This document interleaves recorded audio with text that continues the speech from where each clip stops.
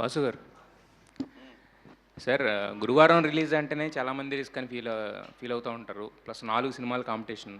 And మరి బుధవారం premieres అనేది ఏంటి, కాన్ఫిడెన్సా లేదంటే కనుక సినిమాని కొంచెం ముందు అండ్ మిగతా సినిమాల కన్నా పుష్ చేయడానికి ఏంటి ఆ రీజన్ ఏంటి? అంటే ఒకటండి, నిజంగా ఇది డేట్ క్లాషే.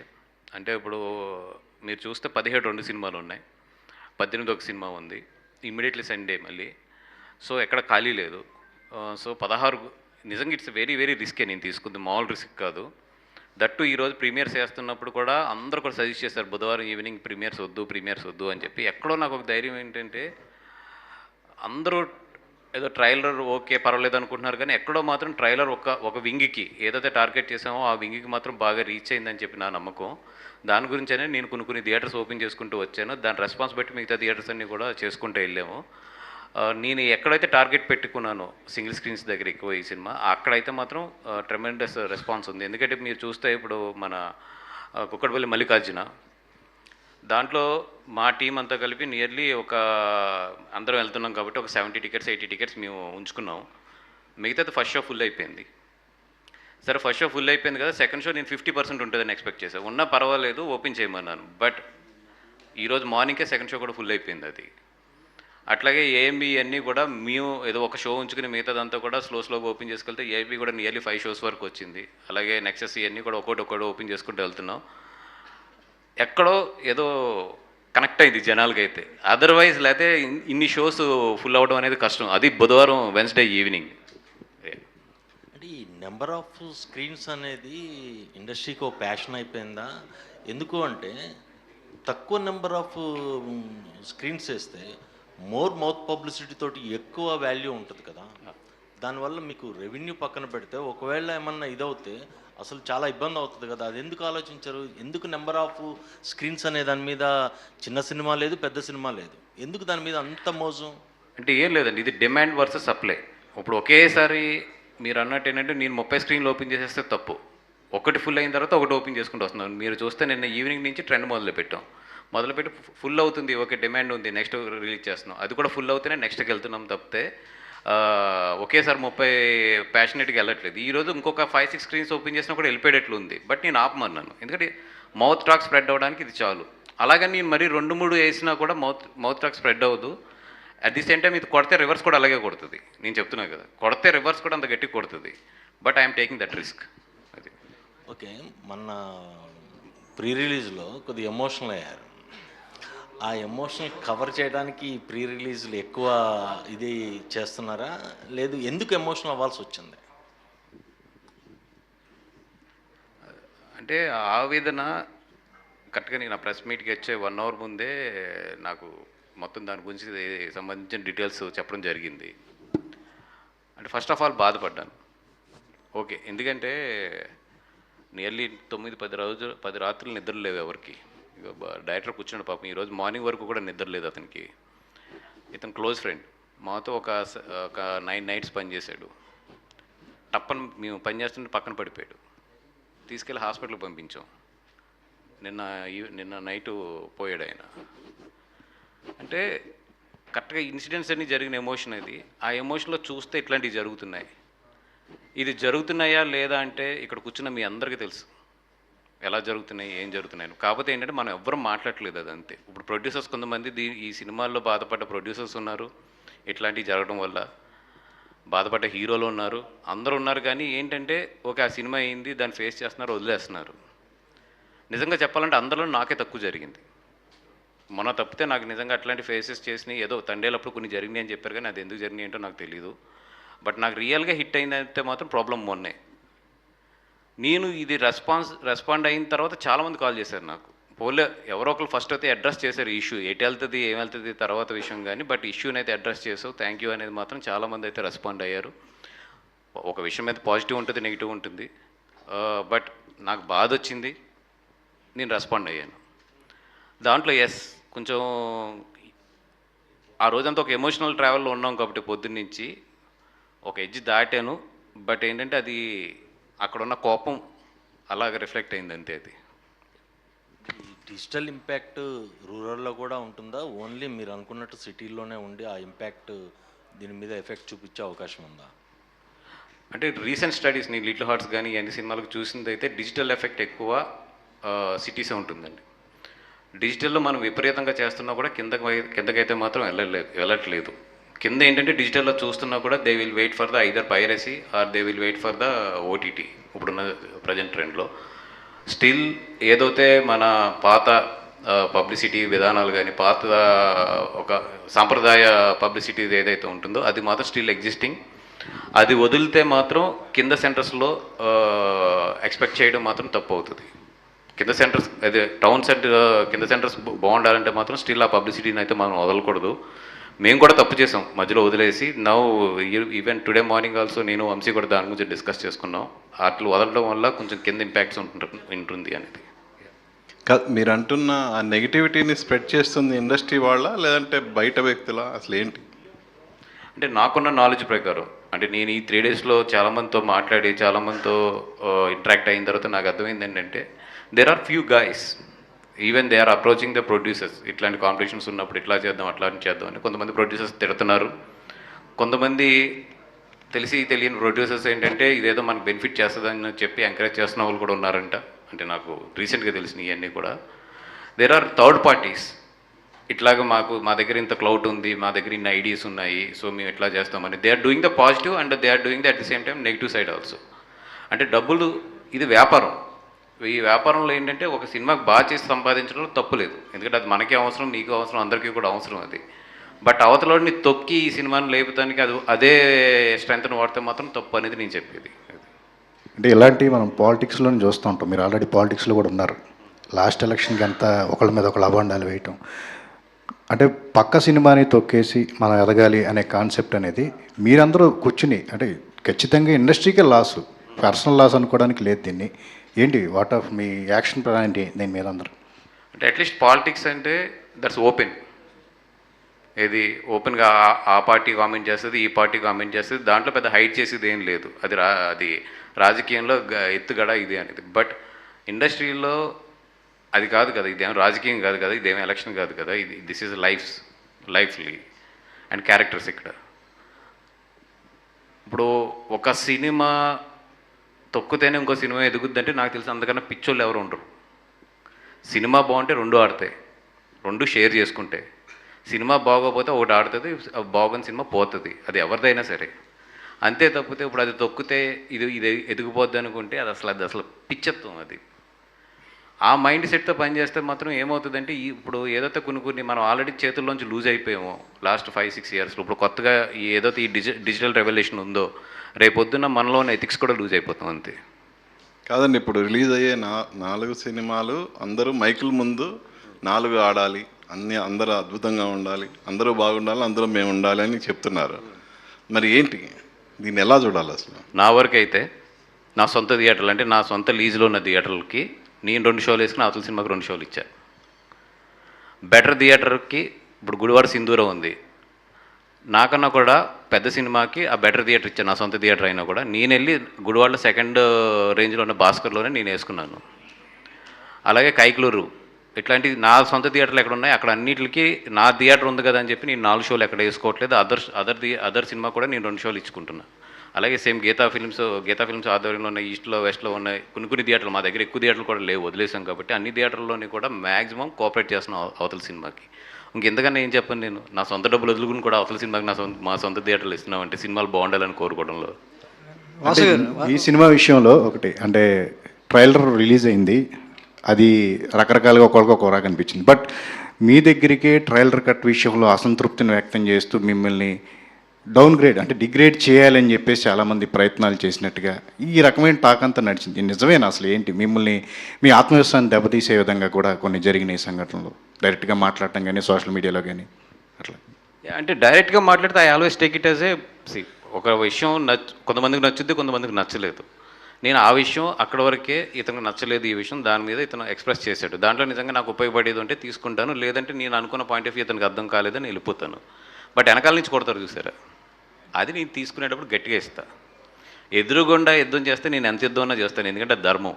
బట్ వెనకాల నుంచి ఇట్లాగా పిచ్చిగా చేస్తే మాత్రం నేను ఎక్కడ ఎలాగే ఎప్పుడు ఇవ్వాలో అది ఇచ్చేస్తాను. అది వాసు గారు ఇక్కడ సో భాస్కర్ లిటిల్ ఆర్ట్స్తో బాగా వచ్చింది కాబట్టి మీకు దిష్టి తగిలినట్టుంది, అందుకే మీ మీద నెగిటివ్ ట్రోల్స్ అది ఇది కూడా కంటిన్యూ అవుతుందేమో అని చెప్పేసి అలా వస్తుందేమో. సో పార్ట్ ఆఫ్ పక్కన పెడితే సక్సెస్ ఇవన్నీ కూడా పక్కకు తీసుకెళ్తుంది. సో నిహారిక లాంటి ఇన్ఫ్లుయెన్సర్ని పెట్టుకొని చాలా టాప్ స్టార్స్తో ప్రమోట్ చేసిన నిహారిక మీకు ఉండగా ఆడియన్స్ మీకు ఎందుకు థియేటర్కి వచ్చేసి చూస్తారనేది ఒక కాన్ఫిడెన్స్ ఉంది. సో ఒక్కసారి నిహారికకి ఇస్తారా మైక్? సో నిహారిక గారు, సో ఎన్నో సినిమాలకి మీరు ఇన్ఫ్లుయెన్సర్గా ఆడియన్స్ని థియేటర్ రప్పించేటువంటి ప్రమోట్ చేశారు. ఇప్పుడు మీ సినిమానే స్క్రీన్ మీద రాబోతుంది. సో ఇంకా కొన్ని గంటల్లో చూడబోతున్నాం. సో ఎంత ఇంపాక్ట్ ఉంటుంది ఆడియన్స్ని మిమ్మల్ని చూడాలని థియేటర్ రావడానికి? మీ రోల్ ఎంతవరకు ఇంపాక్ట్ చూపిస్తుంది? Honestly I have no idea sir. This is my debut. అది నేను అక్కడ వేరే స్టార్స్తో చేస్తే వాళ్ళ సినిమాకి ఒక చిన్న పుష్ లాగా, కానీ they're still coming to those theatres to see those stars. నేను ఒక సర్కారీ వారి పాటకి వెళ్ళింది మా మహేష్ బాబుని చూసుకోవడానికి, నేను ఆయనతో ప్రమోట్ చేశానని కాదు. So I'm not sure of the impact because నేను కొత్త. But the role I'm proud of it. ఒక డెబ్యూకి ఒక అమ్మాయికి ఇంత స్కోప్ ఉన్న రోలు అండ్ ఇంత క్యారెక్టర్ ఆర్కున్న రోలు నాకు రావటం అది చాలా lucky. And I'm very happy that Vijay was able to see me in that role. Yeah, I'm ఎక్సైటెడ్గా ఉన్నాను, నర్వస్గా ఉన్నాను. దేవుడికి ఒక 100 సార్లు దండం పెట్టుకున్నాను ఈరోజు. ఒక చిన్న గణేశాన్ని కూడా నా బ్యాగ్లో పెట్టుకుని తీసుకొచ్చాను. ఏమవుతుందో ఐఎమ్ జస్ట్ హోపింగ్ ఇప్పుడు ప్రెస్ మీట్ అవ్వగానే వెళ్ళిపోయి ఒకసారి థియేటర్లో చూడాలని. నేను ఫుల్గా చూడలేదు ఇంకా. సో తెలీదండి. సో అంటే ఇలాంటి అంటే ఒక సెటరికల్ కామెడీ సినిమాలు, సో లైక్ దట్ జాతిరత్నాలు లాంటి సినిమాలు హీరోయిన్ పార్ట్ అనేది చాలా తక్కువగా ఉంటుంది. సో మిగతా ఎంటర్టైన్ గైస్ చాలా ఉన్నారు. సో వాళ్ళతో కంపేర్ చేస్తే మీ రోల్ అనేది వీళ్ళ ఇంపాక్ట్ని ఎంతవరకు పెంచుతుందా తగ్గిస్తుందా? వాళ్ళ ఇంపాక్ట్ పెంచుతుందో తగ్గిస్తుందో తెలియదు, కానీ నాకు ఒక డెబ్యూకి నా ఇంపాక్ట్ మాత్రం ఇచ్చిన స్కోప్కి బాగానే ఉంటుందని నేను అనుకుంటున్నాను. అండ్ వీళ్ళు నలుగురనే కాదు, మూవీలో ఇంకా సీనియర్ కమీడియన్స్ ఇంకొక 15-20 మంది ఉన్నారు. So everybody has equally contributed అండి. అండ్ మేము స్క్రీన్ మీద కనిపించిన ప్రతిసారి కలిసే కనిపిస్తాం మోస్ట్లీ. సో రోల్ లెంత్ కూడా అంతే ఉంటుంది. సో దర్శి గారు చెప్పండి అన్న. బ్యాక్ టు బ్యాక్ సినిమాలు రావడం కాదు, ఆ సినిమాల్లో డ్యాన్స్తో ఇరగదీస్తున్నారు. సో ఈ సినిమాలో ఒక పాట, మళ్ళీ ప్రేమ అంటేలో ఒక మంచి డ్యాన్స్ మూమెంట్. సో ఏంటి అసలు చేంజ్ ఓవర్ దర్శిలో కొత్తగా కనబడుతుంది? అది పూర్తి credit I will definitely give to, అంటే ఈ సినిమాకి పర్సనల్గా చెప్పాలంటే మా డైరెక్టర్ ఇట్లా ఒక కమర్షియల్ నంబర్ ఒకటి చేద్దాము ఇట్లా అని అంటే ఎమ్మటే వాసు గారు కూడా లేదు మనం కొంచెం గ్రాండ్ స్టైల్లో అదేదో ఒక దుబాయ్లో సెటప్ వేసినట్టు ఉండాలి అట్లా అనుకొని దానికి తగ్గట్టుగా ధ్రువన్ నాకు చాలా టైం పట్టింది యాక్చువల్లీ. లక్కీగా నాకు ప్రాక్టీసింగ్ డేస్ ఎక్కువ దొరికినాయి కాబట్టి I could do comfortably. So ఈ చేంజ్ ఓవర్, ఈ ట్రాన్సిషన్ ఏంటంటే it's purely their demand. Because నేను ఎప్పుడు డాన్స్ అన్నా కూడా అబ్బా మళ్ళా డ్యాన్స్ అని అనుకునే ఇది. సో మళ్ళీ ప్రేమంటేలో కూడా it is purely because of JD, మన జావేద్ మాస్టర్, ఇక్కడేమో మోయిన్ మాస్టర్ ఉన్నారు మాకు. సో వాళ్ళు బాగా they push me very hard. And కథలో ఆ మూమెంట్లో అట్లా వస్తే బాగుంటుందని అనుకోవడం తప్ప ఇదేదో కావాలని నేను చెయ్యాలి ఇప్పుడు అని అలాంటి సందర్భం లేదు. ఆర్గానిక్గా ఒక సందర్భం వస్తే దాన్ని ఇట్లా చేద్దామని అనుకోవడం. సో మొన్న యాక్చువల్లీ తను అంటుంటే నాకు అర్థమైంది తెలియకుండానే చాలా, అంటే ఇప్పుడు సెటైర్ జస్ట్ డైలాగ్లో కాదు లేకపోతే సిచ్యువేషన్ మీద కాదు, కానీ ఆల్సో చేసే డాన్స్లో కూడా ఎక్కడో తెలియకుండా కొన్ని సినిమాల మీద రిఫరెన్స్ తోటి అట్లా ఉండిందని అన్నది. But then I went and saw it was actually right. So అట్లాంటి ఇదే కానీ నచ్చుతుందా మీకు డాన్స్? పర్లేదా? అంటే కొంతమంది నీకు అవసరమా డాన్స్ ఇప్పుడు అని అంటుంటే, so I wanted to ask. ఇదంటే ఈ సినిమా మిత్రమండలి ఇందాక అన్నట్టు ఒక కామెడీ బుక్ లాగా, ఏ జోక్ వేస్తే ఆ జోక్ నవ్వుతుంటారు.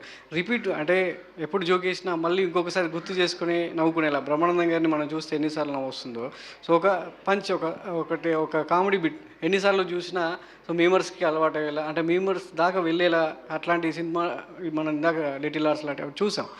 అట్లాంటి ఎంత ఎక్స్పెక్ట్ చేయొచ్చు ఈ సినిమా నుంచి? మీమర్స్కి కావచ్చు, ఆడియన్స్కి ఎంత కంటెంట్ వెళ్తుంది? సార్ ఐ థింక్ ఇప్పుడు ఈచ్ ఇండివిజువల్గా, అంటే ఫర్ ఎగ్జాంపుల్ ఇన్ టర్మ్ ఒకటి ఏంటంటే చాలా ఎంత తక్కువ అయితే అంత తక్కువ మీమ్స్ కానీ మీమ్స్లో వాడే భాష కానీ ఇక్కడ మేము వాడాము. పూర్తిగా మీమ్స్ తోటే మేము జోక్స్ని క్రియేట్ చేయడం అని అనుకోలేదు. మొన్న ఇదే ప్లేస్లో 3 days క్రితం నేను మా టీం అందరం కలిసి మీమర్స్ మీట్ చేసాము యాక్చువల్లీ. వాళ్ళ ఇష్టాలు అంటే వాళ్ళ కరెంట్ డే ట్రెండ్స్ అవన్నీ కనుక్కున్నాము. బట్ ఐ కెన్ ఆఫ్టర్ వాళ్ళని కలిసిన తర్వాత నాకు కాన్ఫిడెంట్గా ఏం చెప్పగలనంటే దట్ ఇది మీమర్స్కి చాలా కాంటెంట్ ఇచ్చిన వాళ్ళం అవుతాం అని అనుకుంటున్నాను. అలాగే ఆడియన్స్ కూడా ఒక ఒరిజినల్ కాంటెంట్ని, రిఫ్రెషింగ్ కాంటెంట్ని చూడడానికి ఇష్టపడతారు ఎనీ డే. అండ్ దానికే ఎక్కువ పుష్ ఉంటుంది, మోటివేషన్ ఉంటుంది. సో ఐఎమ్ హోపింగ్ అది అంతే బ్యూటిఫుల్గా థియేటర్స్లో ఇంకో 3 hours ట్రాన్స్లేట్ అయిద్దని నేను అనుకుంటున్నా. వాసు గారు, అంటే ఈ లాస్ట్ మినిట్ వరకు కాపీలో పనిచేశారు మీరు. మొన్నేమో ఎమోషనల్ అయిపోయి అసలు సినిమా గురించే మాట్లాడడం మానేశారు. మొత్తం అంతా దీని చుట్టూరే తిప్పుతున్నారు. అవునండి, యాక్చువల్లీ విజ్జు కథ చెప్పినప్పుడు నన్ను 4 గంటలు నవ్వించాడు. ఈ 4 గంటలు నవ్వించాడు. 100% 2 గంటల 18 నిమిషాలు, అంటే టైటిల్స్ అన్నీ తీసేస్తే ఇంచుమించు 2 గంటల 12 నిమిషాలు, అంటే 6 నిమిషాలు యాడ్స్కి ఇవన్నిటికి తీసేస్తే 2 గంటల 12 నిమిషాలు అయితే మాత్రం 100% మిమ్మల్ని పొట్టబ్బా నవ్విస్తాడు. అది టైటిల్ దగ్గర నుంచి, ఫస్ట్ వాయిస్ ఓవర్ దగ్గర నుంచే ఆ నవ్వించడం అనేది స్టార్ట్ అవుతుంది. అంటే ఈ సినిమా ఎంత డేంజర్ అంటే,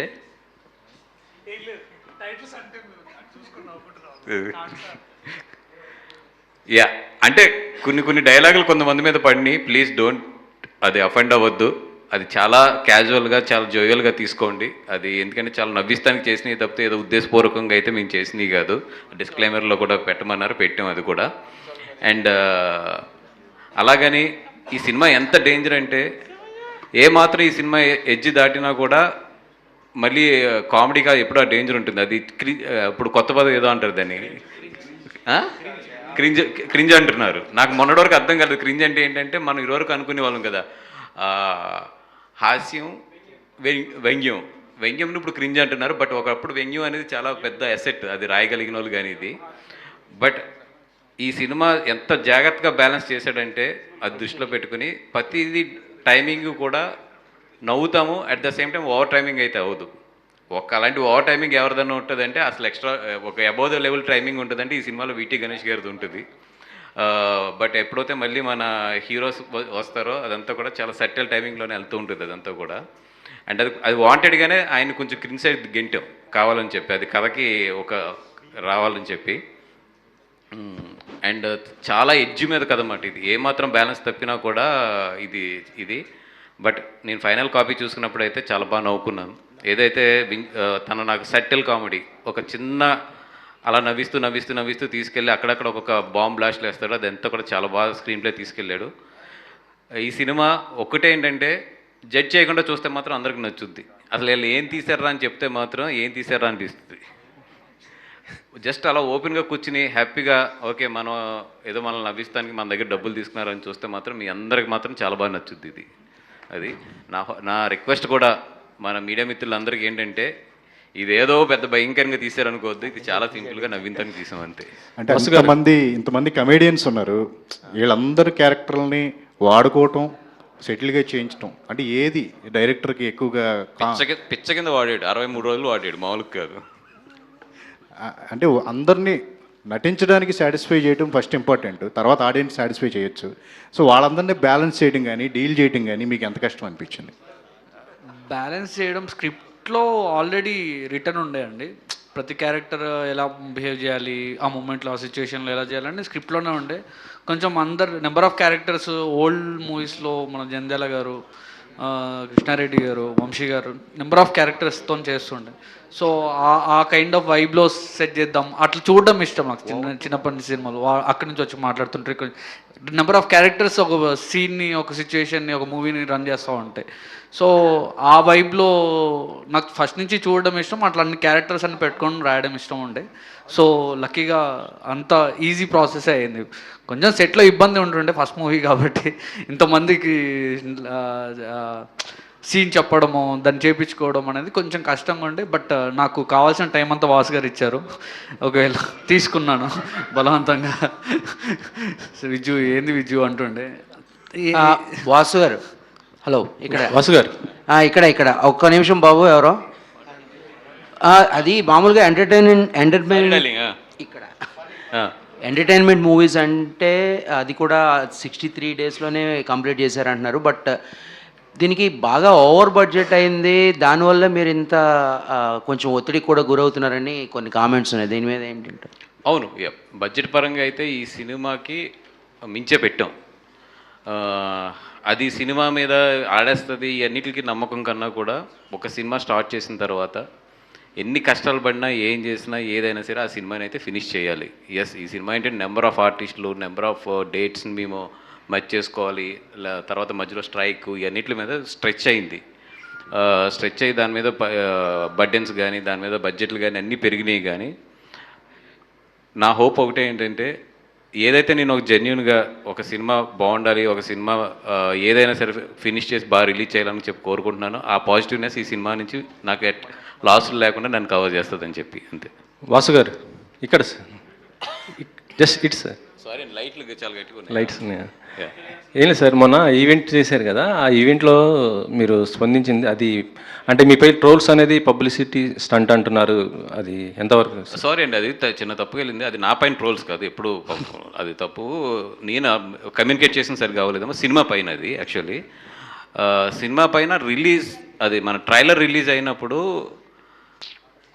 అంటే నేను మా వాళ్ళు ఇమీడియట్లీ చెప్పి తీసుకొచ్చి మేము పెట్టి 5 minutes కూడా అవ్వలేదు ఇంకా. అంటే ట్రైలర్ చూసిన వాళ్ళు ఇంచుమించు 3 minutes ట్రైలర్ ఉంది, ఇంకా 2 minutes ఎంత అవుతుంది, పట్ట పట్ట పట్ట పట్ట ఒక 100-150 ఏదో రోబోట్ వేస్తారు చూస్తారు, అట్లా వేసుకుంటూ వచ్చేస్తున్నారు మొత్తం. దాంట్లో పోనీ వేసే వాళ్ళు డైలాగులు మార్చినా బాగుంటుంది, అర్థమవుతుంది ఓహో అని. అసలు సేమ్ డైలాగు ఒక 10 డైలాగుల తర్వాత ఒక 10 డైలాగులు స్ట్రెచ్ కింద పడిపోయినాయి మొత్తం. దెన్ వి థాట్ లైక్, నాకు అప్పుడు నాలెడ్జ్ లేదంత. తర్వాత later they said it's organised ఇదే అని. అంటే సినిమా వాళ్ళే ఇచ్చారు అనుకుంటారా లేకపోతే బయట ఎవరైనా మామూలుగా? తర్వాత తెలిసింది there is a few people working like that. దానికి కొన్ని ఏదో అదే ఒక స్ట్రాటజీ అంట, చెత్త స్ట్రాటజీ అది. అంటే కాంపిటీషన్ ఎదుర్కోవడానికి అలా చేశారు? కాంపిటీషన్ ఎదుర్కోవడానికి ఏమైనా కూడా అది ఏంటంటే అదొక శాడిజం అనొచ్చు, సైకోయిజం అనొచ్చు. ఇంత కష్టపడి సినిమాలు తీస్తుంటే దీన్ని చేయడానికి. ఆర్ఎల్స్ ఇప్పుడు కొన్ని ఉన్నాయి కామెంట్స్, నిజంగా నెగిటివ్ కామెంట్స్ కొన్ని ఉన్నాయి, చాలా జెన్యున్గా రాశారు ఇది కొంతమంది. That 100% I will appreciate them. ఎందుకంటే దాంట్లో నన్ను తిట్టినవి ఉన్నాయి, అది సినిమాని తిట్టినవి ఉన్నాయి, లేదా సినిమాని ఇది దాని మీద కామెంట్ చేసినవి ఉన్నాయి, ఏదో సీజీ క్వాలిటీ అక్కడక్కడ చిన్నది ఉంటాయి, అవన్నీ కామెంట్ చేసినవి ఉన్నాయి. Those are real comments, that 100% we should take. But ఒకటే దాన్ని రిపీట్గా కొడుతూ, లేదంటే ఒకే డైలాగ్ అటు ఇటు వేసి కొడుతున్నారు చూసారా, those things we can understand, those are ఇయే అని చెప్పి. అవి కూడా మీకు తెలిసిపోతాయి క్లియర్గా, ఇమ్మీడియట్లీ ఒక 5 minutesలోనే పడిపోతాయి మొత్తం. అంటే మీ ఎదుగుదలను చూడలేక ఇలాంటి, ఇది ఏదో నాది గురించి కాదండి, ఇది చాలా సినిమాలు జరిగిందంట. ఇట్లాంటి కాంపిటీషన్స్లో వస్తున్నప్పుడు, లేదా ఇట్లాంటి 2-3 సినిమాలు ఒక్కొక్కసారి రిలీజ్ అవుతున్నప్పుడు జరిగింది. It's not my personal thing. నిన్న కూడా ఒక ప్రొడ్యూసర్ మాట్లాడేది, ఆయన కూడా చాలా బాధపడ్డారు, పెద్ద ప్రొడ్యూసర్ ఆయన కూడా. అట్లాగే ఇంకో హీరో గారు ఒకరు మాట్లాడారు సేమ్ అట్లాగే. ఏంటంటే చాలా మంది మీదకి జరిగింది, బట్ ఏంటంటే ఎవరు ఓకే దీన్ని లెట్ గో అని వెళ్ళిపోతున్నారు. ఎక్కడ ఎందుకంటే దానికి ప్రూఫ్స్ ఉండవు, దానికి ఏమి ఉండవు. అందుకనే నేను గట్టిగా మాట్లాడింది ఏంటంటే at least we know that it's happening అనేది చెప్పాలని చెప్పేది. సార్ ఇప్పుడు బుక్ మై షో ఉంటుంది, బుక్ మై షో మీరు చూడండి, ఇప్పుడు మొదలు పెడతారు 1 కొట్టుకెళ్తారు మరి కాళ్ళు. అంటే ఒక 20-30 పడిపోతాయి లైన్గా, అవి కూడా ఒక 50 మళ్ళీ ఆగుతారు. మళ్ళీ మన వాళ్ళు నిజంగా సినిమా చూసిన వాళ్ళు ఎవరన్నా కొడుతున్నారు అనుకోండి, మళ్ళీ అంటేనే మొదలు పెడతారు 1 అని చెప్పి.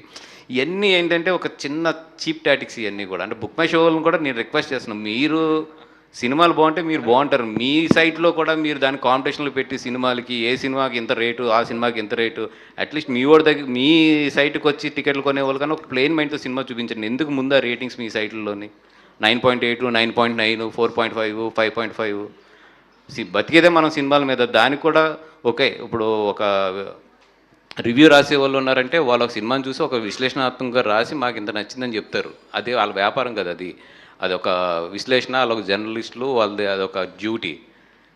మనం బుక్ మై షో యాప్ కూడా నేను చెప్పేదాన్ని, మనం టికెట్లు అమ్ముకుని దాని మీద కమిషన్ తీసుకుని మనం కూడా ఒక సినిమాని ఇట్లా రేటింగ్ చేసి ఈ సినిమా బాగుంది, ఈ సినిమా బాగోలేదని చెప్పి అసలు టికెట్ ఎక్కడైతే కొంటాం సోర్స్, ఆ సోర్స్ దగ్గర మీరు ఒక సినిమాని ఇది బాగుంది ఇది బాగోలేదని చెప్పేస్తే నిజంగా బాగున్న సినిమాకి ఎప్పుడు తేడా రాదు. బాగానే ఉన్న సినిమా ఏమైపోతుంది అది. పోనీ ఓకే, మీరు నిజంగా అంత గుడ్ అయితే మీ యాప్లో ఏదైతే ఇలా కొడుతున్నారు 1 రేటింగ్లు 2 దానికి ఒక అథెంటికేషన్ అన్న ఉండాలి, ఎవరు కొడుతున్నారు ఏంటని. అది ఉండదు. దానికి ఒక మెకానిజం ఏంటో తెలియదు. మీ దాంట్లో లైక్స్ చూసుకోండి, అది ఎలా పడుతున్నాయి ఏంటో అది కూడా చూడరు మీరు. అట్లాంటప్పుడు ఎందుకు ఆ రేటింగ్స్ ఇవ్వడం మీరు అందరూ కింద? వాసు గారు మీరు ఇంత ఎక్స్పీరియన్స్ ఉండి గీతా ఆర్ట్స్లో ఇన్ని సినిమాలు చేశారు, GA2లో ఎన్ని సినిమాలు చేశారు, ఇంత ఎక్స్పీరియన్స్ ఉండి బన్నీ వాసు అని ఒక బ్యానర్తో రావడం వల్లే ఈ ఆవేదన వచ్చిందంటారా? అంటే బుక్ మై షోది అయితే అంటే నేను చాలాసార్లు కూడా చెప్పానండి, నేను ఆన్లైన్ చాలా తక్కువ ఫాలో అవుతా, ఎందుకంటే నేను ప్రశాంతంగా ఉండాలని కోరుకుంటాను కాబట్టి. ఈ మధ్యలో ఏంటంటే ఒక్కొక్కటి మాట్లాడుతున్నప్పుడు చూస్తున్నప్పుడు అందరూ అనుకుంటున్నాం మాట్లాడాలని. బుక్ మై షోది ఇప్పుడు నేను ఏదో కొత్తగా ఎత్తిన టాపిక్ అది, ఇది ఆల్రెడీ ఛాంబర్లో ఉన్న టాపిక్కే, నేను ఈరోజు పబ్లిక్గా ఎత్తాను అంతే. అది రిక్వెస్ట్ చేస్తున్నారు, వాళ్ళు అది వినట్లేదు, అందుకే నేను పబ్లిక్గా రిక్వెస్ట్ చేస్తున్నా. At least that is a base, కాబట్టి అక్కడ సినిమాని జడ్జ్ చేయొద్దు అనేది. సరే బుక్ మై షో అంటే మీరు ఇలా మాట్లాడడం వల్ల అది ఎవరిని ఒకరికి టార్గెట్ అవుతుంది కదా, ఆ బ్యాలెన్స్ ఎక్కడ మిస్ అయ్యారని. Sir I think it is an attack on free trade sir. అంటే ఫ్రీ మార్కెట్ అని ఒకటి ఉంటుంది, అందరు ప్లేయర్స్కి సమానంగా ఒక ప్లేస్ దొరుకుతుంది, వాళ్ళ ఆ రెస్పెక్టివ్ ప్లేసెస్లో వాళ్ళకి బిజినెస్ చేసుకునే అవకాశం దొరుకుతుంది. ఇప్పుడు నేను పక్కనోడిని దొక్కి పక్కనోడి సినిమా అంటే ఇది వాసన సినిమా ఎంతనో నా సినిమా కూడా అంతే. ఇప్పుడు నా సినిమా మీద ఎగెన్స్ట్గా రాసి మాట్లాడితే నాకు బాధనే కాదు, కలెక్టివ్లీ మనం సినిమాకి అగేన్స్ట్గా పోతున్నాం అనేది ఇక్కడ మా ఉద్దేశం సార్. ఆ రోజు ఎస్పెషల్లీ వాసు గారు మేమందరం we share that common mentality about the same thing. So ఎటు చూసినా అంటే ఇప్పుడు last couple of weeks ago మనకి మిరాయ్ కానీ కిష్కిందపురి కానీ ఇట్లాంటి సినిమాలు అన్నీ వచ్చినప్పుడు జెన్యున్గా నేను కూడా చాలామంది ఇండివిజువల్ అంటే మన సింగిల్ స్క్రీన్ థియేటర్ ఓనర్స్ ఎంత సంతోషంగా ఉన్నారో నాకు చాలా సంతోషం అనిపించింది. అంటే ఒక ఎకరంలో 170 కోట్లు పోయే నగరంలో ఒక సింగిల్ స్క్రీన్ థియేటర్ని హోల్డ్ చేయాలంటే ఎంత ఇబ్బందులు అవుతున్నాయో మనం ఇవాళ రేపు అంచనా వేసుకోవచ్చు. అలాంటి సమయంలో if you're attacking the cinema itself అంటే నాకు ఉనికే లేదు. ఇప్పుడు నాకు ఒక సినిమాని ఒక సింగిల్ స్క్రీన్లో ఎక్కువ రోజులు నేను పెట్టుకోవాలంటే అలాంటి స్థానమే లేనప్పుడు, అలాంటి రోజే లేనప్పుడు ఇవన్నీ ఇంకేం పనికొస్తాయి అనేది ఆ రోజు మేము అందరూ వి ఫెల్ట్. సో అందుకనే దాంట్లో వచ్చిన నుంచి ఆవేదన. బట్ ఇక్కడ ఏంటంటే నాకు కానీ వాసన కానీ we're not coming against any one person or anybody, because మాకు కూడా పూర్తిగా దాని పట్ల పూర్తి డీటెయిల్స్ మాకు కూడా ఖచ్చితంగా లేవు. సో బట్ ఈ విషయం గురించి చెప్పాలంటే we're collectively towards a better cinema అంతే. కరెక్ట్, కానీ ఇది ఒకరికి మీరు మీ ఆవేదన వ్యక్తం చేశారు, కానీ ఇది ఇంకొకరికి యాడ్వర్స్గా ఇంకోళ్ళని టార్గెట్ చేసినట్టు అయింది. ఇంకో హీరో పేరు కూడా వచ్చింది దీనిలో జరిగింది. ఎవరిది సార్? పేర్లు ఎందుకులే, ఇది ఎవరికైనా తగిలింటే వాళ్ళు భుజం తడుముకున్నట్టే అంతే. అంటే ఇప్పుడు నేను ఎవరు ఎగైన్స్ట్గా నాకు అదే అనిపించింది. ఇప్పుడు దర్శి గారు అసలు వద్దు దానికి, ఇంకో క్లియర్. దర్శి గారికి ఒక క్వశ్చన్, బన్నీ వాసు బ్యానర్లో చేయడం అనేది ఈ ప్రాజెక్ట్కి ఎంత హెల్ప్ అయింది అంటారు? ఫస్ట్ టైం ప్రొడక్షన్ వైజ్ నాకు అంటే హెల్ప్ సంగతి ఏమో కానివ్వండి, నేను చాలా నేర్చుకునే విషయాలు చాలా నేను తెలుసుకున్నానండి. ముందుగా నాకు వాసు గారి మీద అప్పుడు దాకా ఉన్న గౌరవం అమాంతంగా పెరిగింది. కారణం ఏంటంటే వారి సినిమా గురించి ఎంత తప్పిస్తారో నాకు అర్థమైంది. అంటే నేను ఇది ఇందాక మీరు వచ్చే ముందు చెప్తున్నాను, నేను 10 రోజుల నుంచి దాదాపు విజయ్తో పోటాపోటీగా పనిచేస్తున్నారు ఆయన. అంటే ప్రోడక్ట్ని పూర్తి స్థాయిలో డెలివర్ చేయడానికి ఇన్ టర్మ్స్ ఆఫ్ సౌండ్ కానీ మ్యూజిక్ కానీ ప్రతి డిపార్ట్మెంట్తో వారు కూర్చొని ఆయన 10 రోజుల నుంచి స్టూడియోలో పడుకుంటున్నారు. అన్నపూర్ణ స్టూడియోలో అక్కడ ఇంకో రూమ్ ఉంటుంది కదా, రూమ్ తీసుకొని అటు నుంచి ఇటు నుంచి అటు ఒక 2 hours పడుకోవడానికి వెళ్తున్నారు, మళ్ళీ వస్తున్నారు. సో ఇన్ఫ్యాక్ట్ చెప్పాలంటే ఇప్పుడు మెలుహా అని ఒక బుక్ ఉంటుంది అమిష్ త్రిపాఠి రాసిన దాంట్లో శివుడి గురించి ఒక ఎంట్రీ ఇస్తాడు ఆయన. ఆ లెవెల్లో పనిచేశారు ఆయన. అంటే టీంని నేను బ్యాక్ అయితే నేను టీం ఎక్కడ డౌన్ అవుతారేమో అని టీంతో పాటు అందరిని ఉరికిచ్చి మార్నింగ్ 3 o'clock లేవండి అదొకటి ఉంది ఇదొకటి ఉందని. యుఎస్ ప్రింట్ అయిన తర్వాత కాస్త హీ వాజ్ లైక్ అమ్మాయి ఓకే ఇప్పుడు నెక్స్ట్ అని. ఇవాళ మార్నింగ్ నాకు తెలిసి ఆయన అబ్సల్యూట్లీ ఒక 4 గంటలు పడుకుని ఉంటారు సార్. సో ముందుగా ఆ విషయాన్ని ఒక నటుడుగా నేను ఒక లీడ్ యాక్టర్గా చూస్తుంటే నాకు చాలా అంటే I felt very proud of Vasu గారు. ఇట్లా ఎన్నో విషయాలు ఉన్నాయి, ఇది ఒక్కరోజు అని కాదు, 1.5 year నుంచి ఎన్నో చూసుకుంటూ వచ్చి లేదు ఇది ఒక లార్జర్ పిక్చర్ నేను చూశాను, దాన్ని ఎట్లయినా సరే అచీవ్ చేయాలనే వారు కష్టపడిన తత్వం అది నన్ను బాగా అంటే అసలు నేను ఫ్యాన్ అయిపోయాను ఆయనకి చెప్పాలంటే. సో ఇన్ఫ్యాక్ట్ నిర్మోహమాటంగా చెప్పాలంటే ఈ సినిమాలో ట్రూ లీడ్ ఆయనే అండి యాక్చువల్లీ. వీరు ఇంకా మిత్రమండలి ఇంకో ముగ్గురు ఉన్నారు కదా, భాను గారు, కళ్యాణ్ గారు, తర్వాత సోము గారు, బెంచ్ మార్క్ నుంచి వీళ్ళు అండ్ విజయేందర్ గారు.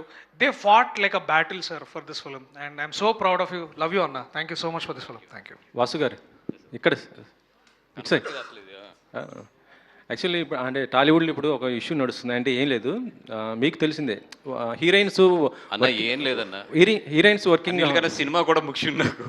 సినిమానే మీకు తెలిసింది, ఎందుకంటే ఇది కొద్దిగా మీకు రిలేటెడ్గా ఉంటుందని నేను అడుగుతున్నాను. హీరోయిన్స్ వర్కింగ్ అవర్స్ గురించి మాట్లాడుతున్నారు దీపిక.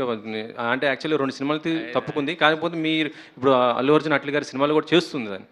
అంటే అక్కడ ఎలా చేస్తున్నారు వర్కింగ్ అవర్స్ ఎట్లా ఏంటి? లేదండి, అంటే ఎనీ సినిమా లాస్ట్కి వచ్చినప్పటికీ ఆల్మోస్ట్ ఇవి ఎనీ సినిమాకి కష్టం ఉంటుంది. దీనికి ఏంటంటే పాపం విజయ్ కూడా ఏమైందంటే షూట్ లాస్ట్ మినిట్ వరకు కూడా తను షూట్ చేయవలసి వచ్చింది. బికాజ్ ఆఫ్ కాంబినేషన్స్, డేట్స్ అన్నింటిలో లాస్ట్ మినిట్ వరకు కూడా షూట్ చేయవలసి వస్తుంది. యాక్చువల్లీ పాపం మేము ప్రీ క్లైమాక్స్ షూట్ చేస్తున్నాం. అంటే లైక్ వాళ్ళ ముగ్గురు కలిసి నలుగురు కొట్టుకుంటారు ఈ వల్ల చెప్పేసి. సారీ డార్లింగ్, కూడా జరుగుతుంది కదా సార్. అక్కడ అమ్మాయికి ఆ రోజు షూట్ చేసేటప్పుడు అమ్మాయికి 1 or 2 ఫేవర్ అడగకూడదు, కానీ అది తప్పితే సినిమా డేట్ మార్చుకోవాల్సి వస్తుంది. నేను ఆ రోజు ఎందుకు అప్పటి వరకు చల్లగా ఉంది, ఆ రోజు ఫుల్ ఎండ మొత్తం. అమ్మాయి 1 or 2 ఫేవర్తో వచ్చి నుంచుని చేస్తుంది అక్కడ. ఇంచుమించు పొద్దున్న 6 o'clock స్టార్ట్ చేస్తే సాయంత్రం 4-5 అయింది. అమ్మాయి నుంచోలేని పరిస్థితి. ఏం చేయాలి అక్కడ? షూటింగ్ ఆపాలి, డేట్ మార్చేయాలి. ఓకే, ఇంకొక స్టేజ్లో అది కూడా అనుకున్న అమ్మాయిని అడిగాను, అంటే మాకు నీకు ఏమైనా ఇబ్బంది ఉందంటే లేదు సార్ కంప్లీట్ చేసేద్దాం, ఇట్స్ బీన్ 1.5 years ఈ సినిమా, వద్దు కంప్లీట్ చేసేద్దాం అని చెప్పి అయింది. తర్వాత విద్యు స్లోగా వచ్చి చెప్పాడు నాకు, నేను బయటకు వచ్చేసిన తర్వాత అన్న ఇంకొక 4 షాట్లు రూమ్లో మిగిలిపోయినాయి అని. అక్కడి నుంచి మళ్ళీ నైట్ 9 o'clockకి ఆ రూమ్కి షిఫ్ట్ అయ్యి ఏదో 1 or 2 ఫేవర్ ఇంకా బాగా వీక్ అయిపోయింది. వెళ్ళి అంటే మాకు నిజంగా కెమెరా పెడతాను కూడా విజ్జు అన్నాడు, అన్న ఇంకేం లేదు, ఇంకోటి ఏం చేయలేమన్న, సినిమా ఫినిష్ చేయాలంతే. సినిమా ముందు ఇంక ఇవన్నీ కూడా మేము ఏం చేస్తామంటే పనంగా పెట్టి పని చేస్తాం అంతే. అది ఒక ప్రొడ్యూసర్గా దీపిక పైన ఆ కామెంట్స్ పైన మీరు ఏం స్పందిస్తారు సార్? ప్లీజ్ బ్రో, చిన్నోడిని ఇప్పుడు ఎదుగుతున్నాను, అంత పెద్ద నాకు ఎందుకు కాదు. ఇందాక నుంచి ప్రెస్ మీట్ జరుగుతుంది, ఈ ప్రెస్ మీట్లో వీళ్ళందరూ పార్టిసిపేట్ చేస్తున్నారు, వాళ్ళిద్దరే సపరేట్గా పార్టిసిపేట్ చేసుకుంటున్నారు. మీ ఇద్దరు ఏం సార్ ఏంటి ఇందా నుంచి ఏం జరుగుతుంది? ప్రసాద్ బెహ్రా అండ్ విష్ణు ఏంటి మీ ఇద్దరు ఇది జోకులు వేసుకుంటున్నారు, ఏం జరుగుతుంది మీ ఇద్దరి మధ్య అర్థం కావట్లేదు. ప్రసాద్ గారు వాళ్ళు ఇంకా క్యారెక్టర్లో ఉన్నారు. ప్రసాద్ గారు మీకే ఈవెంట్లో మిమ్మల్ని జీవన్ ఎందుకు కొట్టాడు మిమ్మల్ని? సరదాగా కొడతాడండి ఆయన. ముందు నాకు మాట ముందు ఉంటుంది, ఆయనకు చేయి ముందు ఉంటుంది. కాకపోతే షాక్ అయ్యారుగా మీరు, పెద్ద షాక్. కొంచెం గట్టిగా తగిలింది సార్, అందుకని సరదాగా కొట్టింది సార్. అంతా ఫ్రెండ్సే, పర్లేదు. అదే కానీ కొద్దిగా బయట ట్రోల్స్ అవుతుంది, అందుకని పర్లేదు సార్, బతకనియండి సార్. వాళ్ళకి కూడా వ్యూస్ రానియండి సార్. దర్శి గారు, అయితే ఇప్పుడున్న రోజుల్లో కామెడీ కూడా కొంతవరకు లైన్ తప్పుతుంది కదా, మీది ఎంతవరకు అంటే ఈ సినిమాలో ఎంతవరకు ఆర్గానిక్ కామెడీ ఉంటుంది, యాక్సెప్టబుల్గా ఉంటుందంటారా? ఇప్పటికే కొన్ని రీల్స్ బాగా అర్థం కాలేదు, can you repeat it ma'am? Line తప్పుతుంది అక్కడి నుంచి. కొన్ని డైలాగ్స్ కావచ్చు, మూవీస్ కావచ్చు, కామెడీ పరంగా ఎట్లయినా సరే నవ్వించాలని చిన్నగా లైన్ తప్పుతున్న సిచ్యువేషన్స్ కూడా మనం సినిమాల్లో చూస్తున్నాం కదా. మీ సినిమా మొత్తం కూడా ఎంటర్టైన్మెంట్ కామెడీ బేస్ చేసుకుని వస్తుంది కథ కంటే కూడా. సో ఎంతవరకు ఆర్గానిక్గా ఉంటుంది కామెడీ అని అడుగుతున్నా. మేడం, మీరు నాతో ఒక 1 hour తర్వాత ప్లీజ్ రండి, మనం అందరం థియేటర్లో చూద్దాం. నేను చూస్తాను. నేను ఏంటంటే దాని ముందు నా సమాధానం చాలా క్లియర్గా ఉంది. ఇప్పుడు అంటే నాకు ఇట్లా ఆర్గానిక్గా ఇన్ఆర్గానిక్ అట్లా చెప్పడం కంటే కూడా క్రింజ్ అయితే కాదండి ఈ సినిమా. క్రింజ్ అని ఇప్పుడు ఇవాళ రేపు అందరూ వాడుతున్నారు కదా, అంటే మేము సిచ్యువేషన్లో వచ్చే హ్యూమర్ని వాడాము, సిచ్యువేషన్లో వచ్చే ఏమంటారు కామెడీని వాడాము. And I'm very proud of the script because Vijay నాకు 1.5 year క్రితం 2 years అయిందా అమ్మ చెప్పి. So answer is simple ma'am, it is clear comedy. U/A rating అని సెన్సార్ బోర్డు వాళ్ళే ఇచ్చారు. సో పిల్లల్ని తీసుకొస్తున్నప్పుడు కాస్త అసిస్టెన్స్ ఇవ్వాలి వాళ్ళకి, అంతేగాని వాళ్ళు అబ్సల్యూట్లీ చూడొచ్చు. I also root for this kind of cinema and I'm proud of this film. So నేను మళ్ళీ సక్సెస్ మీట్లో కలిసినప్పుడు I would want to hear your review about this. Actually 2-3 మందు గ్లాసులు కనిపించిన వాటికి యూబైఏ ఇచ్చారండి. ఆ 4 గ్లాసులు తీసేసి ఉంటే యూ సర్టిఫికేట్ వచ్చేది. అంత క్లీన్గా ఉందన్నమాట. కాబట్టి ఇలాంటి వాళ్ళని పెట్టుకొని 2 మందు సీట్లు పెట్టకుండా బాగుంటుందన్న దాంట్లో నుంచి మరి నా గురించి బ్యాడ్గా మాట్లాడుకుంటారని చెప్పేసి నేను అంత మంచోడినే ఏం కాదు. సో ఆ 4 గ్లాసులు పెట్టడం జరిగింది. సెన్సార్ నుంచి కూడా మాకు అదే చెప్పారనమాట. And we had no cuts by the way. ఒక కట్ కూడా కట్ కూడా లేదు. చూడంగానే స్పెషల్గా వచ్చి వాడిని హక్ చేసుకొని చాలా మంచి సినిమా చేశారని సెన్సార్ బోర్డు వాళ్ళు అప్రిషియేట్ కూడా చేయడం జరిగింది. So yeah. Okay, so thank you media for your questions. And Mitramandali ఇవాళ నుంచి స్టార్ట్ అయిపోతుంది ఎంటర్టైన్మెంట్. And already